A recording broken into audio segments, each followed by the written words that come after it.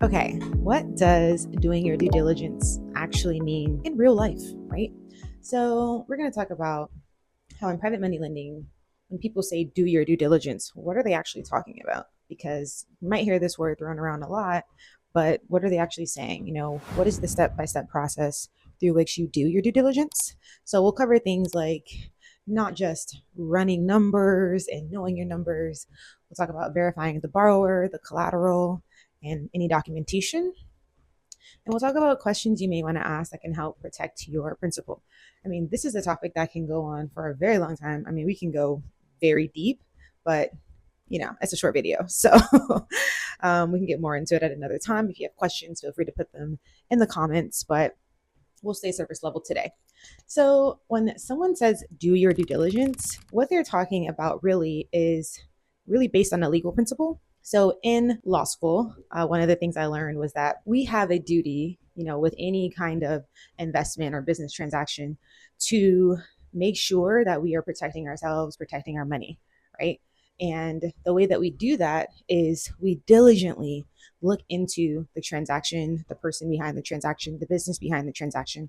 And so another aspect of that is when you are damaged by something or someone, you also have a duty to do what's called mitigating your damages, and doing your due diligence is kind of the front end part of that, right? So you have to do everything that you can do to make sure that this transaction makes sense and is legal and works for you and won't result in harm to you.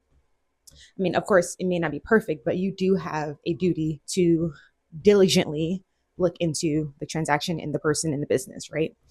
And so doing your due diligence is not just about running the numbers of the deal, right? Because sometimes the numbers can look perfect. I mean, they can be exactly what you're looking for, exactly what fits your loan or lending box. But there may be other issues with the transaction or with the entity or even the person behind the entity that make you not want to do the deal, right? So, for example, you may want to verify the actual borrower, right? I have had people send me agreements naming an entity that does not actually exist, right? Like they put on the document Penny LLC. And when I go and I look up Penny LLC, it doesn't exist. It's not filed in any state, it's not registered anywhere. It's just not there, right? And so it's a make believe entity. That is the kind of stuff that you want to know before you enter into a transaction, right? Because that can raise other questions. That raises other red flags, right? But if you're only looking at the numbers, that's not something that you would catch. And that's where doing your due diligence comes in, right? You are verifying the actual borrower, you're making sure they're in good standing. And what that looks like is checking the Secretary of State website where they're registered and making sure that they don't have any outstanding documentation that's due, or they may have something, they may have lost their good standing and be inactive and technically not really a operating entity. These are the types of things that you want to know because one, it tells you about the borrower, right? It tells you how they run their business or not. It tells you about their attention to detail. It tells you where they may be strong or where they may be weak. It's definitely something you want to know. And that's just one example when it comes to doing your due diligence with the actual borrower entity. Another thing you may want to look into is the actual collateral, right? So if you're doing a secured business purpose loan, it's not just does this fit my lending box number wise, it's do you own this collateral, right? Like you're pledging this as an asset that's going to secure the loan, but I need to make sure you actually own this asset, like you actually have the right to pledge this asset. And so that's where title companies come in. Some people try to do this themselves, like they go and manually try to verify, and that's definitely an option. I prefer to just use a professional, right? Like I'm not a DIYer. Like just do you were hired and trained to do this job, so I'm gonna trust the title company to do their job and make sure that this borrower actually owns and has the right to encumber this collateral. And so that's an example of what it might look like to do due diligence on the collateral that's not just numbers based. And then you may even want to do your due diligence in terms of the project itself. So if you're doing a fix and flip loan, you may want to actually verify the numbers, right? So the borrower will probably give you a scope of work if it's something that you requested, and they may have given you what they think the ARV is, so the after repair value or the after rehab value. And they may have given you some other documentation related to the deal, which made them think it is a good deal, right?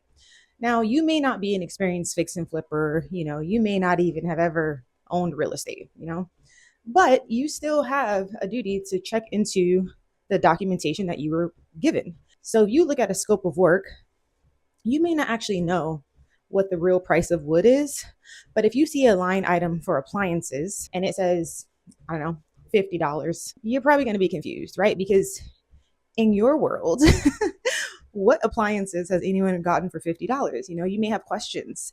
You may be like, what? So are you just getting a microwave? Like, what are these appliances? You may want to follow up with the borrower to get more information. Even though that's not your specialty, right? You still may be able to look at that scope of work and say whether something makes sense or not. Another example, something you may see on the scope of work, you may notice that they have no line item for if something goes wrong. This is usually referred to as a contingency line item. So just in case something goes wrong on the flip, there's usually a line item in the budget that sets aside funds to take care of an emergency, right?